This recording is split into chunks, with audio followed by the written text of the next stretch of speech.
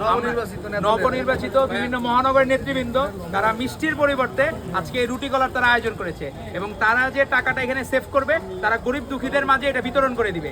এখানেও আমরা এই কলা রুটি আবার এখানে যারা আছে রিকশালা ভাইয়েরা পাশে যারা আছে এদের মাঝে বিতরণ করবে। তো আমরা জাস্ট এখানে সূচনা করে দিলাম, কারণ ভালো চর্চার সাথে আমাদের নেতা Tarique Rahman simplicity is the best, ওই নীতিতে বিশ্বাসী। তো আমরা চাই যে সিম্পল যা যা করা আমাদের আমরা সেগুলোর মধ্যে সীমাবদ্ধ থাকবো, কোনো যাতে বিলাসিতা না থাকে। আপনি দেখেন যে এখানে বৃষ্টির মধ্যেও তারা এইটা নিজেরা একজনের মিষ্টি মুখ করতেছে না, সেই দুঃসময় যারা রুটি কলা খেয়েছে আজকে সেই রুটি কলা দিয়ে তারা আবার সেই দিনগুলো মনে রেখেছে। তো এই জন্য তাদের প্রতি কৃতজ্ঞতা এবং আশা করব যে তারা এই ধারাবাহিকতা অব্যাহত রাখবে।